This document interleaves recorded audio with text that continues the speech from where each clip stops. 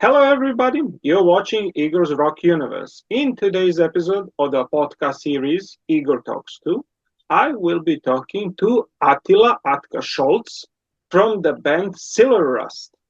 Hello, Attila, and welcome to our show.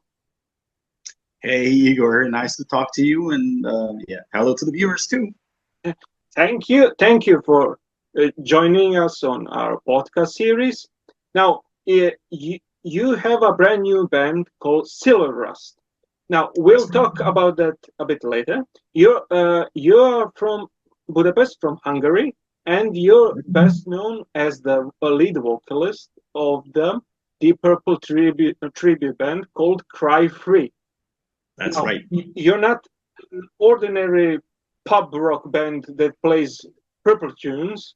No, you've made an amazing career with Cry Free, where you performed with real Deep Purple legends and members like Jon Lord, Ian Paice, and most recently the original bassist Nick Simper. Now, Yeah. uh, can you tell us a bit more about how Cry Free began and how you managed to get Maestro Lord to play with you Yes. and others as well? Yeah. All right. It'll be my pleasure to talk about this. I mean, it goes back to a long time now because the band has just celebrated the 30th anniversary, 30 years in the purple sphere. We started out in 1996, January 1996. Um, just like tribute bands normally start out, it's the love for the band. I've been a huge Purple fan, just like you, Igor, and That's our and connection. That's our connection that's through all these years. That's right. And people like us, we just don't change. I mean, the decades go by, and the favorite band will always remain Deep Purple. So, So so I true. just had to, yeah, I had to start a band like this, and it's been a joyride. 30 years of fun. Um, this band has always been the kind of band where all the musicians are perfect for the job in terms of musicianship. So people who can really play their instruments, because Blackmore and Lord and Pace and these guys, they were the best of their instruments, and so that was one key element, to be really good at your instrument and having the right kind of equipment, the Ludwig drums, the Hammond organs, and the Fender guitars. And there was another element for the guys to be fun to be around with. And so this way it's been a great 30 years. And just by playing Deep Purple we had so much fun. But when these collaborations started, yeah, you're right. That made things completely different. It really raised the band to another level. And I think the first of these collaborations, I need to think, was it the Jon Lord one first? I think The, 2009 or 2010, when yeah, if I yes, remember it 2009. correctly. Yeah, that's right. Like the poster behind me. Yeah, I'm prepared for the interview. Absolutely. It's so before that, what happened to us, we got friendly with an agency who were arranging support bands for major acts, and this way we got to play with Nazareth twice, and Udo from Accept, and Ken Hensley. And this way we had this relationship with the agency, who already knew that we were authentic, and we take it seriously, and we do an okay job. And so when the story came that John started touring with the concerto thing again, the organizer guy thought of us. He was like, "Yeah, Cry Free. Those are the guys who will be the right people for this act." And when he called me up, man, I got so excited. He was like, it was not A sure dream come yet. true.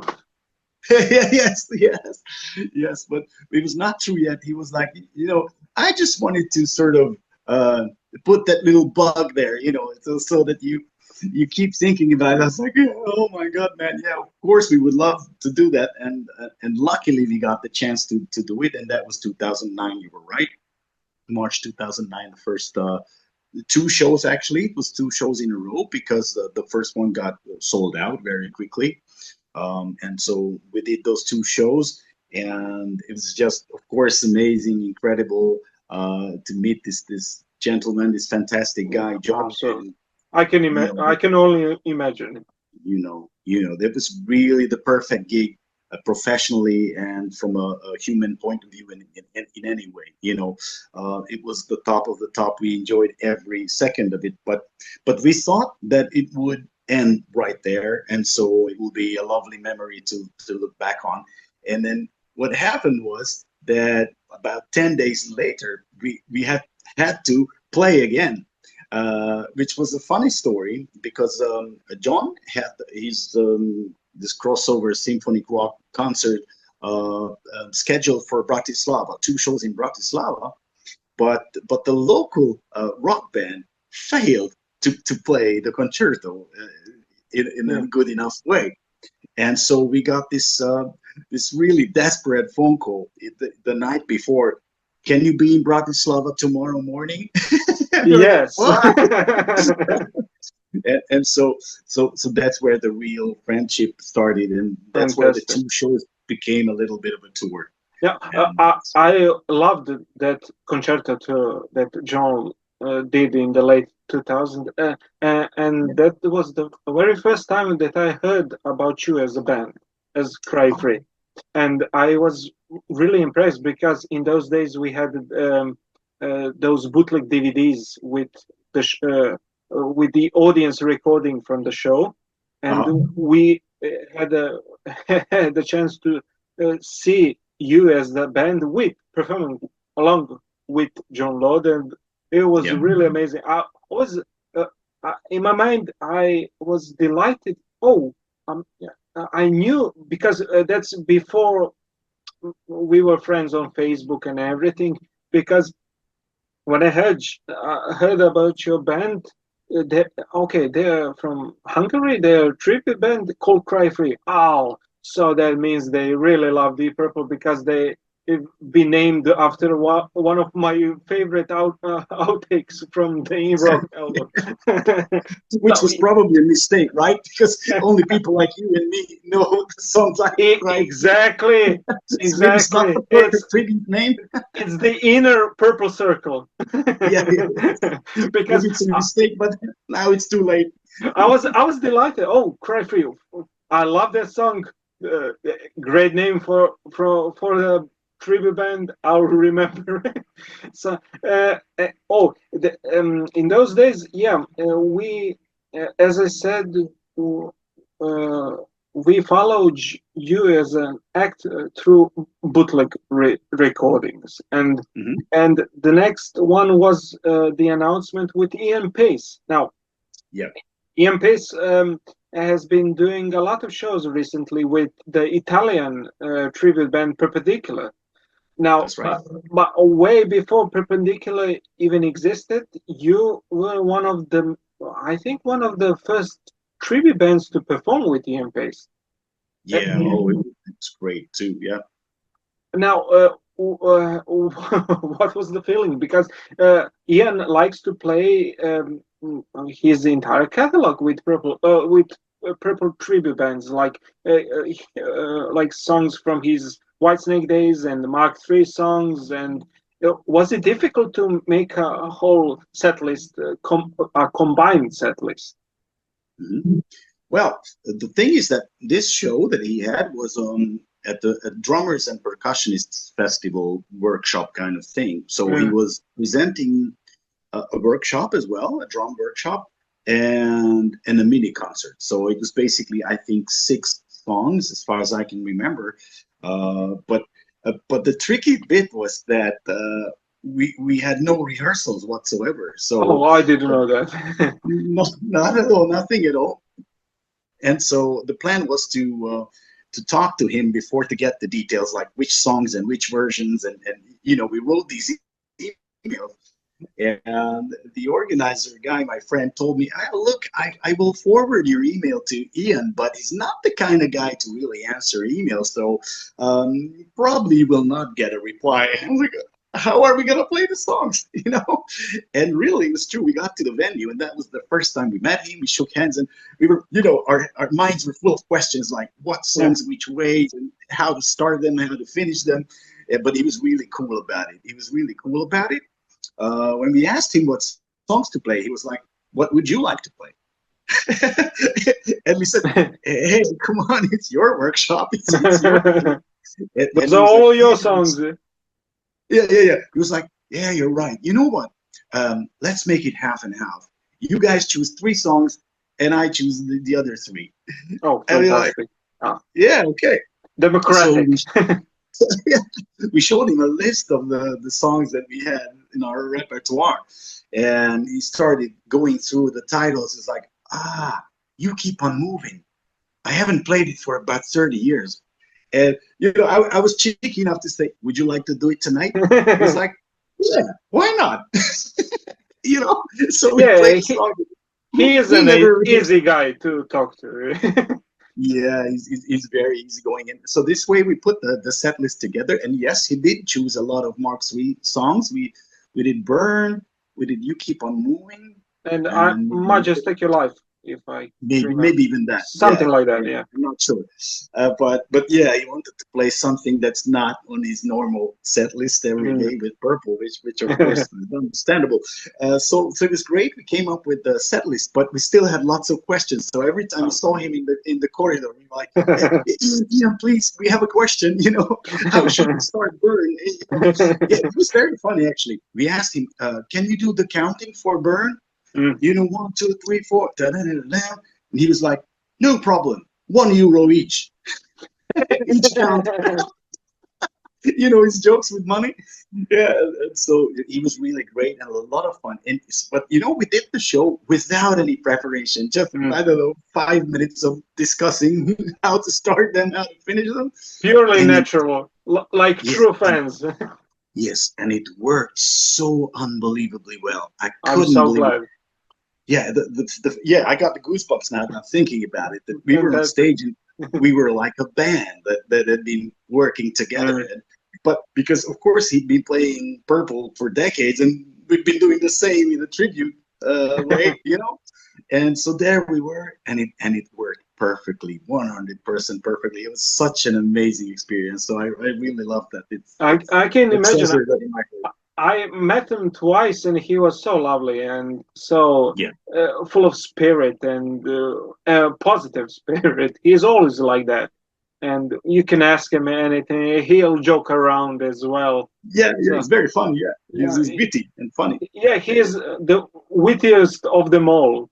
Yeah, that's right. And now recently you've upgraded in the Purple family tree because you've played with Nick Simper. Now, Nick Simper, as the original Deep Purple bassist, he had his own Austrian band, the Nasty Habits, as a backup band.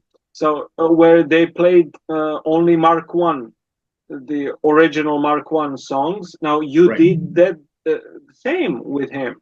What was the experience playing like songs like Mandrake Root or Ring That Neck? Yeah, very cool. I love that first period of Purple. I think it's just so different. Yeah, it's so different. It's got a different atmosphere to it. But I think really lovable songs. A lot easier to sing. Rod Evans had this comfortable range. With Gillen and Glenn, and you know, Coverdale. It's more demanding. It's very demanding, super demanding. Some of the vocal lines. Rod Evans' range is a comfortable one. I mean, of course, you have to. I mean, it's not easy to really do it very well, but not hard from a technical point of view. And so it's even if you have a cold or the flu or something, you can always do it, and you don't have to worry about the high range. But I love the tone. He has this warm kind of Elvis tone to his voice, and it's I think it's a great experience in terms of singing, and also the songs are really lovable. They're more of the beat kind of the Beatles kind of thing, and it's great. And Nick's such a gentleman as well, such a great guy. I can imagine because he's really hardworking. He hasn't stopped since he left Purple, basically. Yeah, yeah, that's right. He's a great guy. And you know what? The good thing about it, it's like he's 81 now, I think. Yeah, Yeah, 81. he was 80 last year. Yeah, Yeah, and in super shape, and the playing hasn't faded at all. He's a great bass player to this day. So it's not like when you come to a Nasty Habits show, it's not like, yeah, well, for his age he's not bad, and he's really there. He's playing the stuff that he used to play, just as tight, just as precise, and so it's great. And I love the person. Now we're friends. It's been, I don't know how many years that we've been playing together, and so it's rare. We play every 2 years or something, but every time we do, we spend 3 or 4 days together rehearsing. It's fantastic. Shows. Yeah, I really love it. Outstanding experience, especially for a Purple fan or Purple fans. Yeah, absolutely. And listening to stories of the past, he used to be very friendly with Richie Blackmore and the guys, and he can always tell us some really interesting stories of those ancient Purple times, which of course is great fun. From almost 60 years ago. Yeah, unbelievable. Yeah, unbelievable. I can imagine, because in a year and a half, the band will be 60.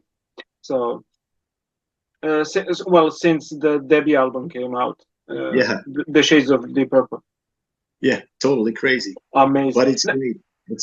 That's basically your Purple-related backstory. Now, as I said in the beginning, you have a brand new band, Silver Rust. Now, are there any members of Cry Free in it? Yes, there are. The drummer, my friend Sergei Kominsky, he's the of course a Cry Free member. He's been a member of Cry Free for more than 10 years now, maybe 12 or something. So he's an old-time friend, fantastic classic rock drummer. On the Ludwig kit is amazing. And the bass player and the guitar player, we have Imi Várkonyi on the bass and Adam Antal on the guitar. They also sometimes play with Cry Free. Every time we have some issue, we need to substitute somebody's on holiday or sick or something. They are the guys to jump in. That's right. So yeah, basically it's almost Cry Free under another name. Yeah. but now the most important thing about it is that you're making your own music now under the name Silver Rust. Now, your friend and my Facebook friend Sergey was he sent me your debut album, and I had the pleasure of listening to it before it comes out officially. It's coming out on August 11th, if I'm not mistaken. Right. It's called Spirit Rising. That's the debut album of Silver Rust. Now, when I listen to it, you can hear the Purple and the Rainbow influences a lot, and which is logical, especially for. But you've added something more to it, and I really love you. I think you're the first band that successfully incorporated the 80s Purple sound into your own music. So no one ever played like Purple in the 80s. So the period of Perfect Strangers and the House of Blue Light, especially. Mm-hmm. And you've managed that in a couple of songs, like especially in Insatiable. Insatiable is that's the highlight of the album for me, because that's good. Yeah, because it's a strange mixture. It sounds a bit like Deep Purple from '87 and the Rainbow from '95 with Doogie White, but it doesn't copy any of it because it's its own thing. and that's one of my highlights. Now I will listen to the album when it comes out more, but can you tell us about the working process behind it? Because this could be a big thing for you. Oh yeah, hopefully we have a lot of faith in the record. And yeah, you're right. We have all these influences, and you know, the hard job is really to find the right balance. And I'm very happy that you think it's in the right balance, because if it's too similar, then of course it will be a copy, and people, Exactly, it you know, avoids that. That's the main thing. yeah, yeah, and so, but we want it to be really authentic. We want it to be the kind of music that any of our people, the Purple people, would somehow find in a dark corner of a studio, like an old recording, and it should sound a bit like that, to have Mm, that kind of feeling. Because Deep Purple have changed. I mean, they make exactly. fantastic music to this day, but it's so different from what we really used to love so much. And so we try to get back to those roots, to the 70s, to the 80s, with today's feel to it. And to find the right mixture, the right balance, I think is very difficult. And every time we write a song, we always question ourselves, isn't it too similar to this or to that? And if we find something that we believe is too similar, really, then we drop it. We don't want to really rip off anything. But as long as it's within the framework, but still sounds original, we keep it. Yeah, Insatiable. When we first heard the riff from Adam, the guitar player, you were like, to me, it reminded me of Painted Horse a little bit. One of the riffs, Yes, but one not of the riffs, but not exactly. Yeah, not so much. We thought it would be okay, and then and some of the Rainbow songs came up. It was similar to some Rainbow songs, but we still believed it was new in a way that, I mean, everything has been written already yeah, exactly. since the 60s or 70s. So it's very hard to come up with something that's new in the same within the same framework and still Exactly. exciting. So we're trying to balance on the razor's edge, Yeah. and yeah, actually, before we started out, the big question was, should we play something very new with a little bit of an influence from our heroes, or Yeah. should we play something that we believe could have been written in the 70s by Mm, Purple or Rainbow? mm. It was a big dilemma how to start out, and then finally the decision was to do something like we really love, and millions of people around the world, people like you and me, we love so much. Yeah, but it's tricky. You have to be careful Yeah. not to become some I, I repetition. I really love that you kept the formula of the 70s Purple in a way that you have the first opening track as a fast a rock and roll tune like Roller Yeah, Coaster, and you have that's the right. mid tempo seconds track, and the third and fourth songs are more epic, in an epic way. I love that because that's the that should be the basic formula for every rock band or every heavy rock band. It was in the 70s and it should be nowadays, in my humble opinion. Yeah, you're right. We deliberately followed that recipe, and also we put the longer songs on the B side. Or now it's Exactly. on Yes. CD, but once it will become a vinyl, then it will be the 4 tracks on side A and the 3 tracks on side B, just like the classic Purple record. So we followed that Or formula. Rainbow Rising, for example. Oh yeah, that's right. That's right.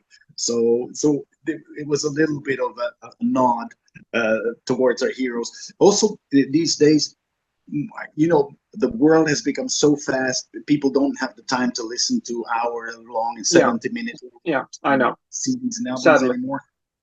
Sadly, but we thought Purple and Rainbow, they always used to be album bands, and we want to be an album band as well. So this was like a compromise to have the 7-track album, just like Purple did and Rainbow did, and I think it's perfect for today, being a real LP and still not being too long for this fast world for people to listen I to. agree. 45 minutes is perfect timing for a heavy rock album, just to keep you on the edge, of Yeah. wanting more, but if Yeah. you want more, you listen to the whole thing again. Yeah. Yeah. Yeah. That was the idea. Yeah. Now you have a strong legacy because Hungary was known even in those days of the Soviet Union. You had a strong rock scene with Omega and Locomotive GT and so on, That's right. and especially in the 90s when, well, in the late 80s and the early 90s when rock bands from the UK and the US began coming to Hungary. So basically, Budapest and Hungary inspired so many artists along the way since the 90s, because especially, for example, Jethro Tull, Ian Anderson had a song Budapest Oh dedicated yeah. to Oh yeah. your town. Yeah. With that strong legacy, I really think you can achieve even more as a Silver Rust. Now, to um, uh, to go from the tribute act to the proper working rock band from Hungary to play on festivals. You should play on big festivals in Europe, for example. Hopefully, hopefully, hopefully, you're right. Yeah, yeah. Hungary has their roots, and yeah, we're proud of Omega being really, really, side by side with Scorpions Mm. and stuff like that. That's great. But at the same time, yeah, we also feel that Silver Rust is a very sort of European or Western European kind of thing. So yeah, it's very British and American as well, Anglo-Saxon or whatever. And so yeah, we share your view that it would be great to tour I Europe, maybe. I really think Germany would be Yes, motherland for you. yeah, I thought of Germany too. Yeah, Mm. maybe also Scandinavian countries Yeah, and yes, because yeah, there's been a lot of retro rock atmosphere in Sweden and the whole Scandinavia in the last 10 years.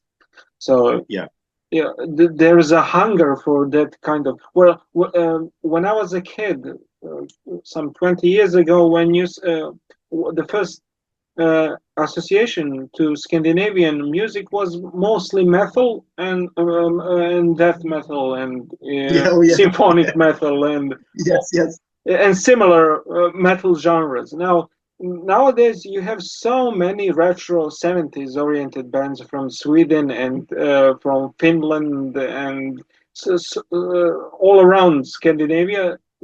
So I think a band like yourself can easily uh, perform at the Sweden Rock Festival or Uppsala Rock Festival. Uh, you should be there. yeah. You need that attention. So I really think you could do well after Yeah, listening to this debut record. thank you, thank you. It's great. It's great to hear that. So Now, yeah, fingers crossed. I mean, we do have that kind of faith in the mm, band. We do believe that we that's the territory there where we should enter. So yeah, we will see. We will see now how far we get. one more thing. I wanted to mention it because along the way we talked about all the Purple people that you played Yeah, with, and as a Purple tribute act, you also played with the late Ken Hensley, the mastermind behind Uriah Heep. Now, that's right. you also had a short-term Uriah Heep cover band called Heep Freedom, uh, and if I'm not mistaken, and I remember you doing concerts with Ken Hensley, but in Yeah. 2010 or 11, something like that. Hmm. Yeah, And you're now, right. yeah, can you tell us more about it? Because Uriah Heep fans are very similar and connected to Purple fans. Yeah, the two bands are somehow brothers in a way. Yeah. Yeah, yeah. Well, the story of Heap Freedom is very close to us because Sergey and Imi, the bass player, they play in Heap Freedom as well. And Mm. I was the singer for about 5 or 6 years as well. So yeah, some people say Silver Rust is a combination of Cry Free and Heap Freedom, uh, with the addition of my friend Adam on the guitar. And so yeah, And the Ken Hensley thing started even before I joined Heap Freedom. So it was Cry Free and Ken Hensley. Yeah, we had two shows supporting his band, Ken Hensley and Live Fire. Wi-Fi, yeah.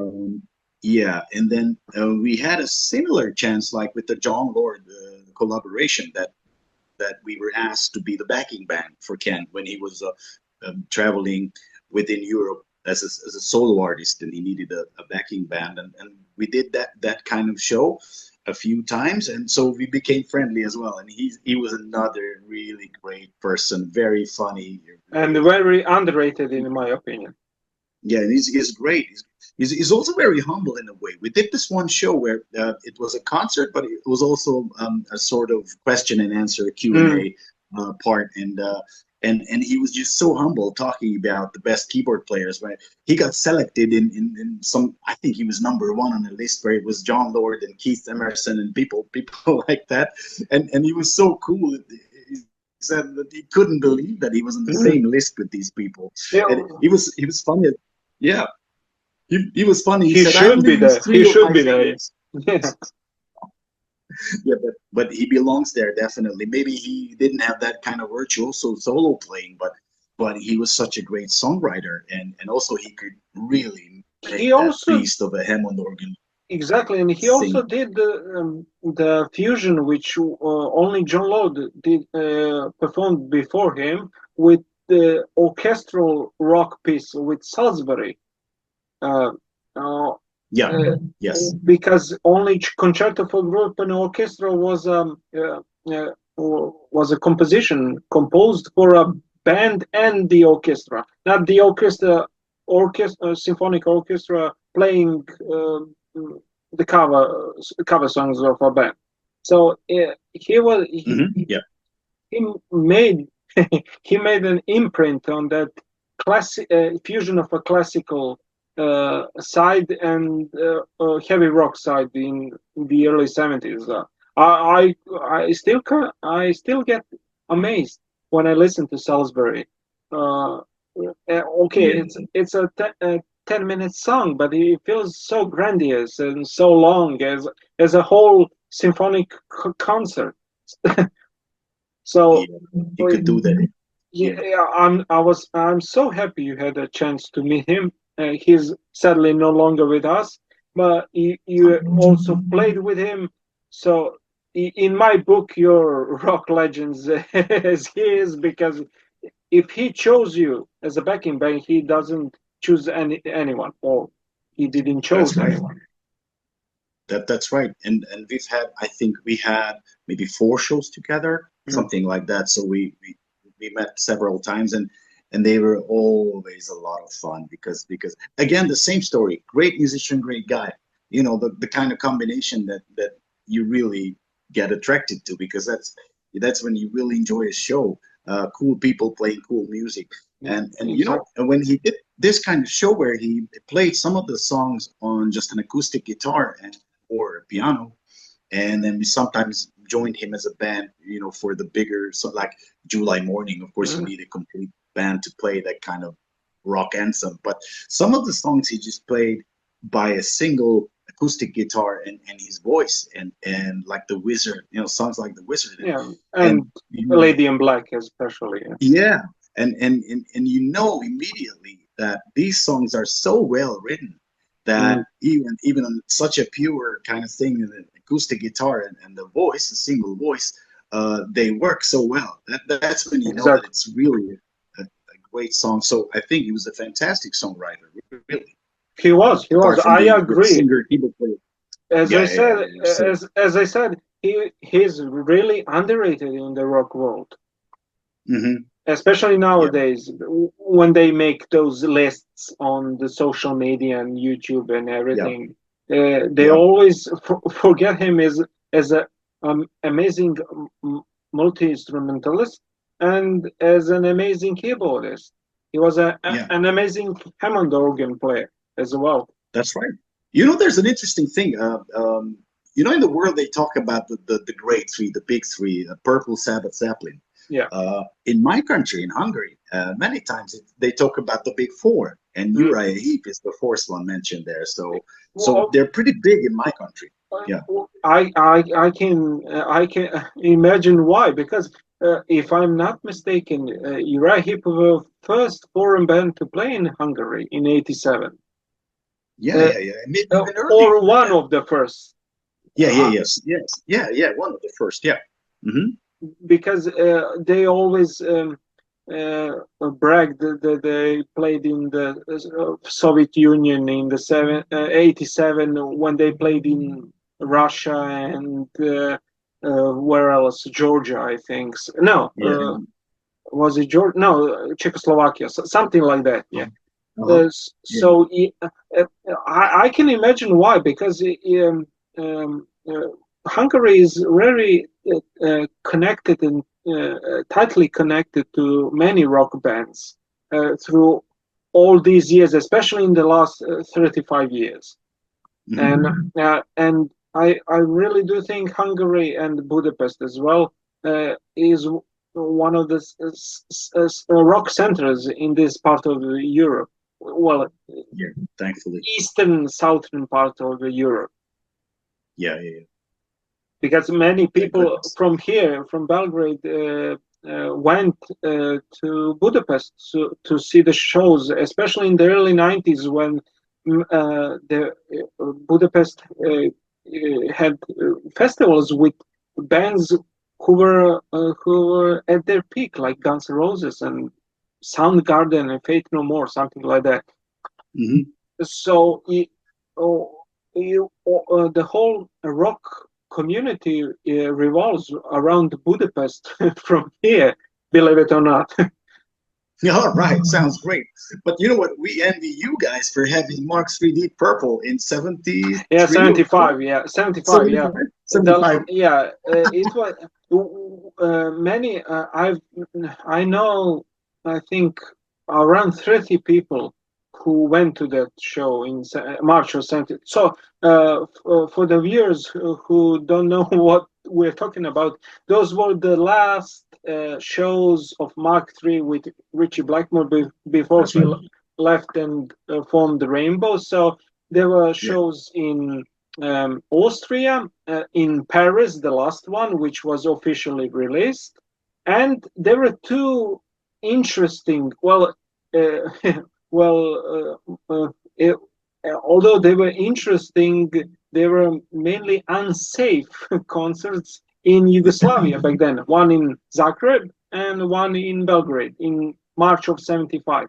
And yes, they did a whole Mark III show, the similar one that we got on Paris live album, similar set list. And yeah, they were frightened because I've heard Ian Paice talking about it, because he is the only one, the original and the only original Purple member.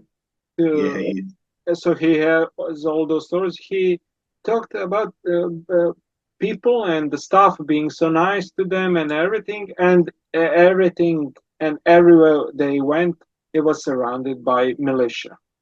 So David Coverdale did not enjoy it. So as he said when he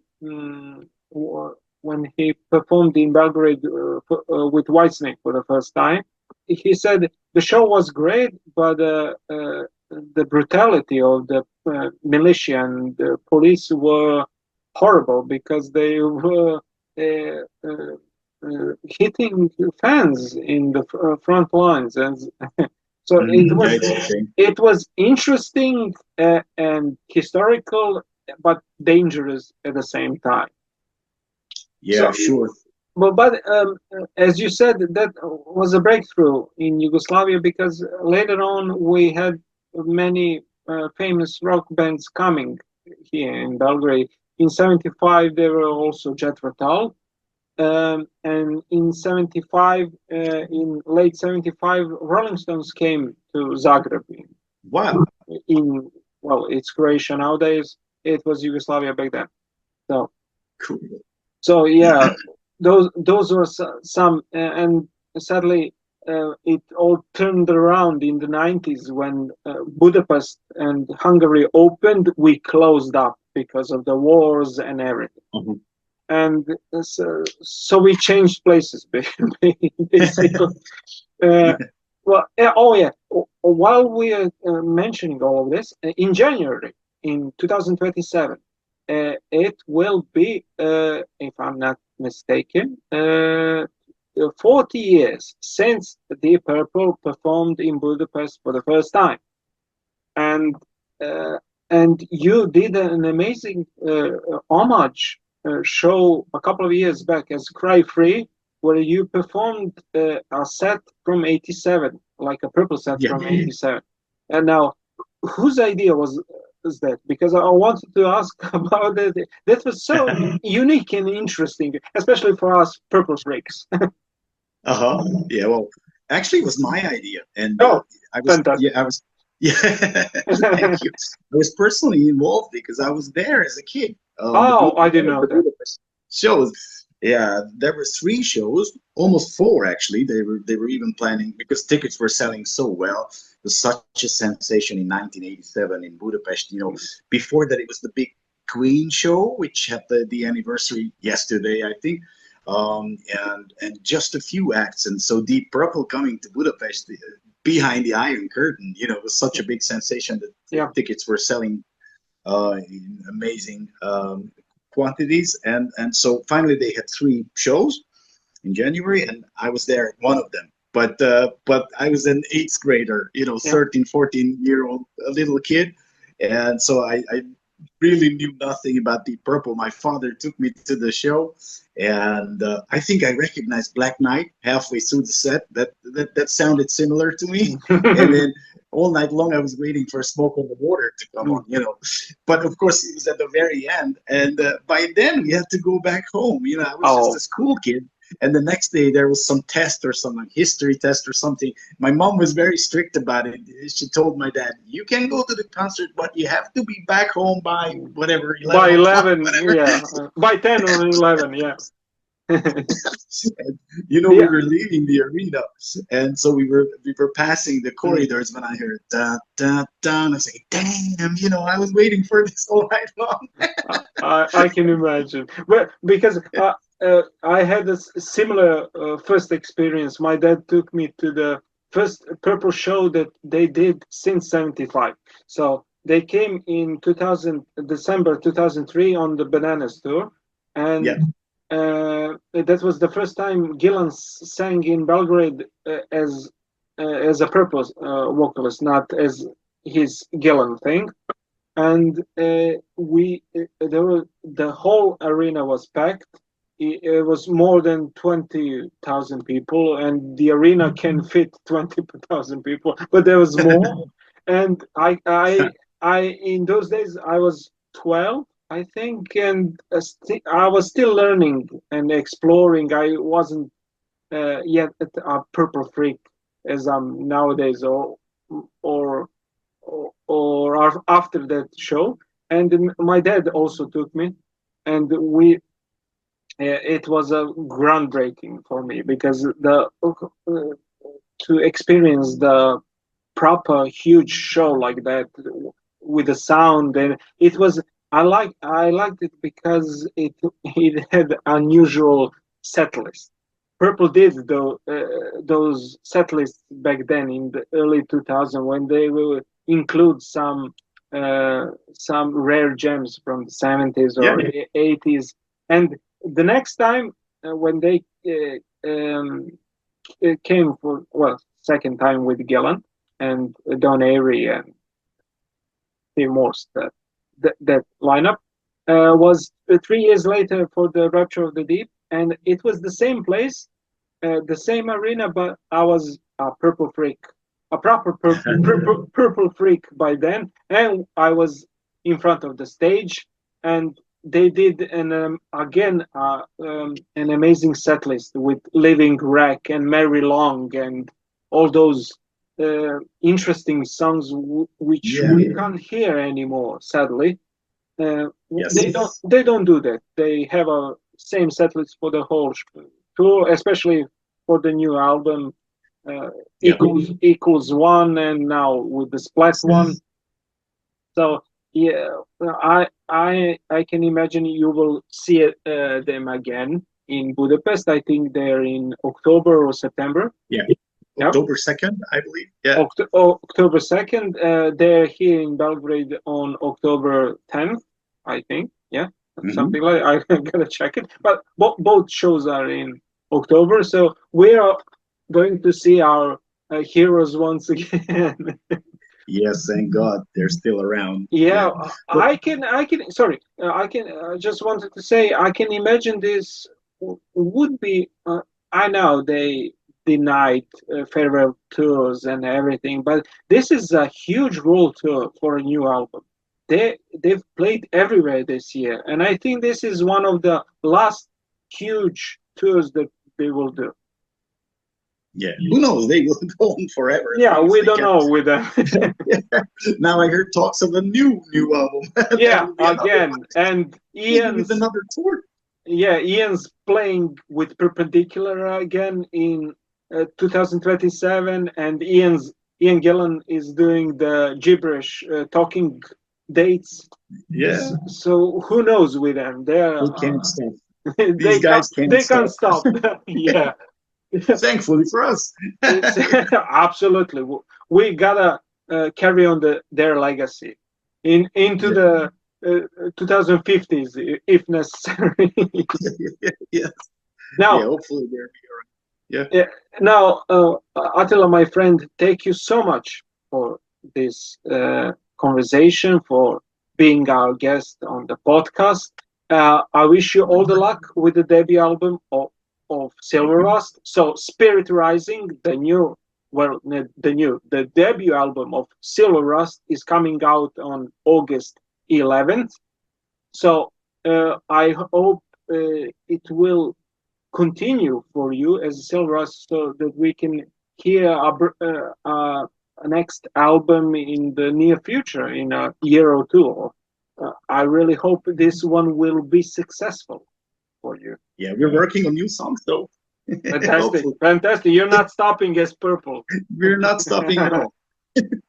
Thank you, Attila, once again. Thanks for the opportunity to talk. It was a lot of fun. And I hope you'll be our guest once again. Yeah, that's for sure. That's for sure. Anytime. You have been watching a podcast series Igor Talks To. See you next time. So stay tuned.